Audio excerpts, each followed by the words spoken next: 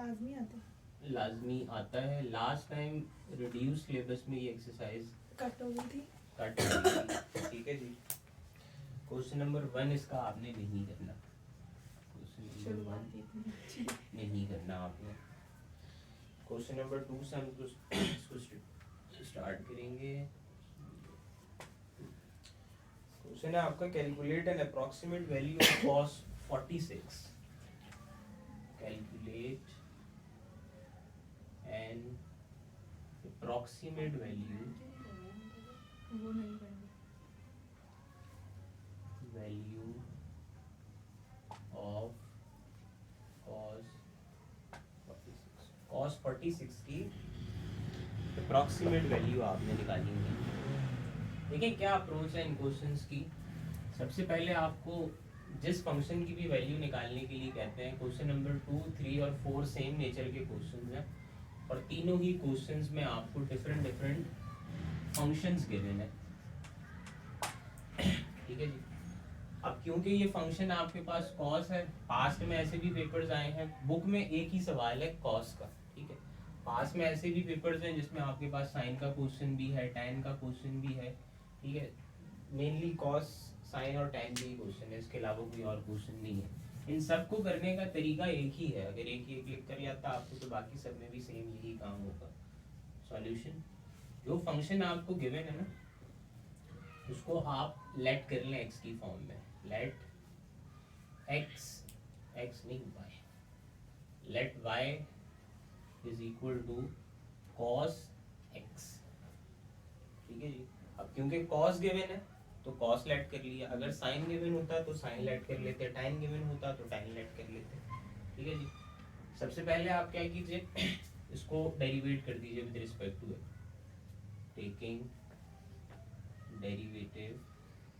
एक अप्रोच है इस क्वेश्चन को सॉल्व करने की, derivative with respect to x, ठीक है जी। ये हो जाएगा d by dx of y and d by dx of cos x। ये बन गया आपका d by over dx is equal to cos x का डेरिवेटिव क्या होता है आपके पास, माइनस माइनस साइन x, ठीक है जी। तो ये हो गया minus sine x, dy by dx आ गया आपके पास माइनस साइन x। अब देखिए आपको cos 46 चाहिए, तो होता क्या है, नॉर्मली आपके पास जो एग्जैक्ट वैल्यूज आपको पता होती हैं, cos 45 according to table, cos 45, cos 60, cos 90, cos 30, तो जो भी आपको वो फंक्शन देंगे ना तो आपने क्लोज टू दिस थिंग जो है वो इसको लेट कर लेना है। जैसे 46 है तो आप लेट कर लें, let x is equal to 45। जैसे आपने ये cos x लिया है ना तो इसमें x को आप ले लें 45, let x is equal to 45 degree, हम 45 ठीक है जी। अब हमें तो 46 चाहिए ना। देखिए हमने क्यों 45 ले रहे हैं, क्योंकि हम ये चैप्टर कर रहे हैं एप्लीकेशन ऑफ डिफरेंशिएशन। हमने डेरिवेटिव्स को इस्तेमाल करके आंसर लेके आना है, वरना तो cos 46 तो आप कैलकुलेटर में भी लिखे आंसर आ जाएगा। अगेन फर्स्ट प्रिंसिपल की तरह ये एक ऐसा क्वेश्चन है कि जिसका आंसर आपको पता होगा क्या है। कैलकुलेटर में जो cos 46 है आपका आंसर वही आएगा at the end of your question. लेकिन हमने यूज करनी है अप्रॉक्सीमेशन, डेरिवेटिव यूज करना है हमने। तो x अगर मैंने 46 ले लिया है और 45 ले लिया है, मुझे आंसर 46 चाहिए, तो dx में क्या लूँगा 1 डिग्री, तो 45 प्लस करूँगा जब मैं इसमें dx चेंज इन x तो ये 45 प्लस 1 करके 46 बन आप जाएगा। dx कहाँ प्लस करेंगे, dx तो है ही नहीं। dx मैंने लेट किया खुद से, अच्छा। 1, दोनों चीज़ें लेट कर रहा हूँ मैं। जब ये ऐड होंगी ना तो हमारे पास बन जाएगा आपका आंसर।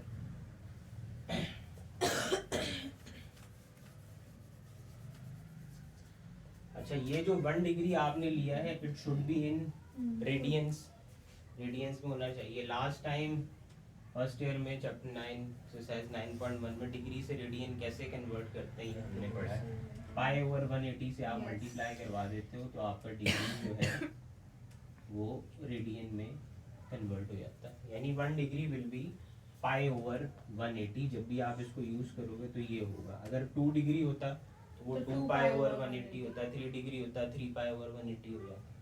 ठीक है जी, यहाँ तक कॉपी कर लिए, यहाँ तक क्लियर कर लें। कर लिया। जो फंक्शन हमें गिवन होगा उसको हम लेट करके उसका डेरिवेटिव ले लेंगे, देन उसके बाद देखते हुए कि हमें एग्जैक्टली क्या वैल्यू चाहिए, उससे क्लोज जो वैल्यू हमें पता है उसे हम लेट कर लेंगे और रिमेनिंग जो रह जाएगा उसको dx या del x ले लेंगे।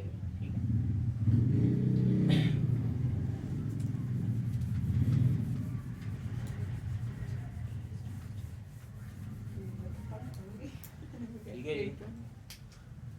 फिर अप्रॉक्सीमेट वैल्यू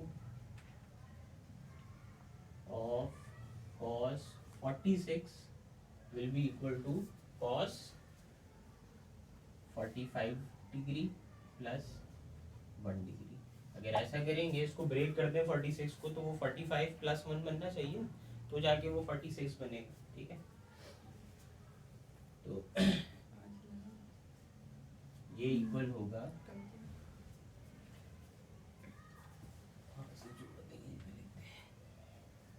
सर तो हम x को ही सपोज कर लेते हैं ना 45 प्लस 1, ऐसा नहीं कर सकते? x तो एक ही चीज लेंगे ना, दोनों चीजें नहीं ले नहीं सकते, ले सकते। एक चीज लेंगे।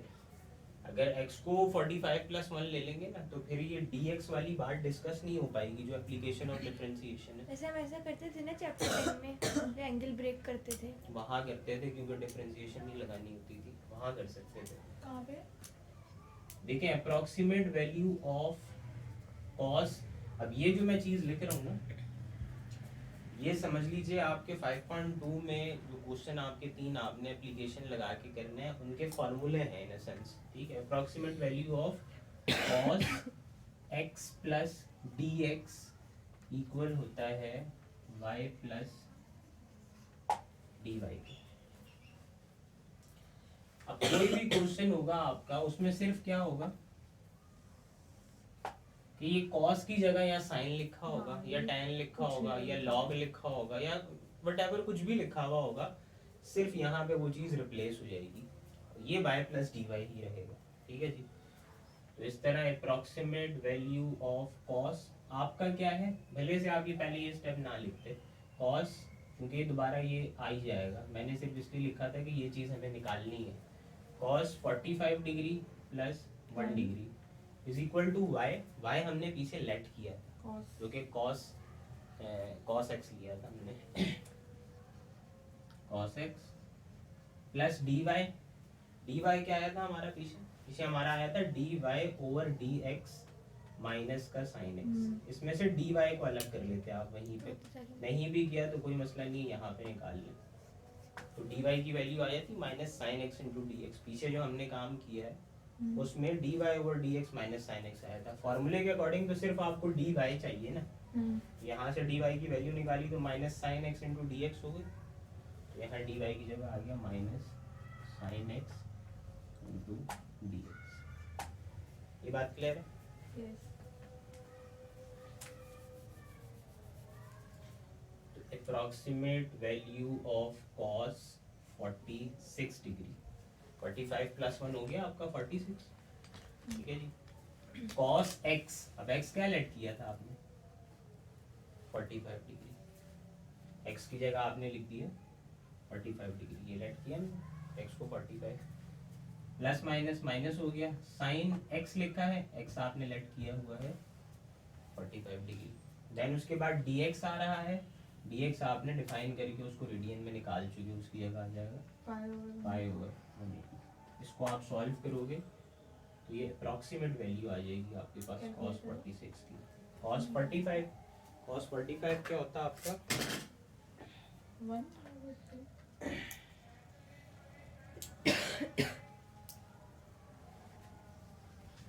cos 45 है 0.707।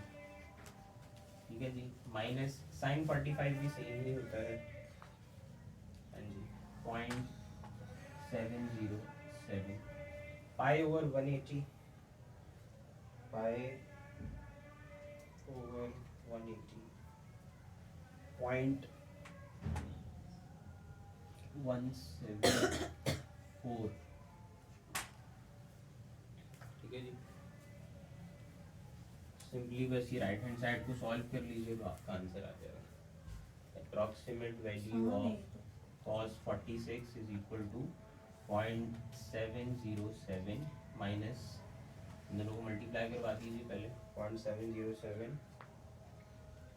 Multiply by 0.0174, 0.0123।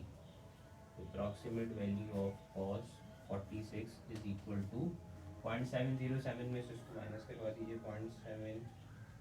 0.707 माइनस आंसर 0.694, इसके बराबर में ब्रैकेट में लिख दीजिएगा अप्रॉक्सीमेटली, क्योंकि हमने ये डायरेक्ट वैल्यू नहीं निकाली, एक प्रोसेस से निकाली है तो माइनर डिफरेंस पॉसिबल होता है। अब अगर मैं कैलकुलेटर से डायरेक्ट वैल्यू निकालता हूँ cos 46 की तो वो 0.694 ही है। अप्रॉक्सीमेटली क्या, वो एक लंबी सी एक वैल्यू बन रही है आपकी, उसमें माइनर सा डिफरेंस पॉसिबल होता है, लेकिन जो तकरीबन सेम ही आएगी। जो हम dx लेट करेंगे हम सिर्फ उसी को रेडियन में कन्वर्ट करेंगे। बिल्कुल।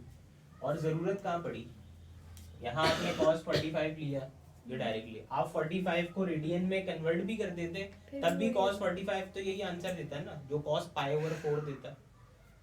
फर्क यहाँ आएगा जब आप इसको 1 ले लेते तो 1 से तो ये ना बनता है ना, फिर तो आंसर चेंज आता है। तो सिर्फ जो एंगल आपने लेट किया है ना उसको कन्वर्ट करोगे आप। इसको डायरेक्ट आप डिग्री में लेके कैलकुलेटर से निकाल सकते हो, इसको आपको 45 डिग्री को कन्वर्ट करने की जरूरत नहीं है, रेडियन में करना चाहो तो कर लो, आंसर यही आएगा 0.707। इसके सारे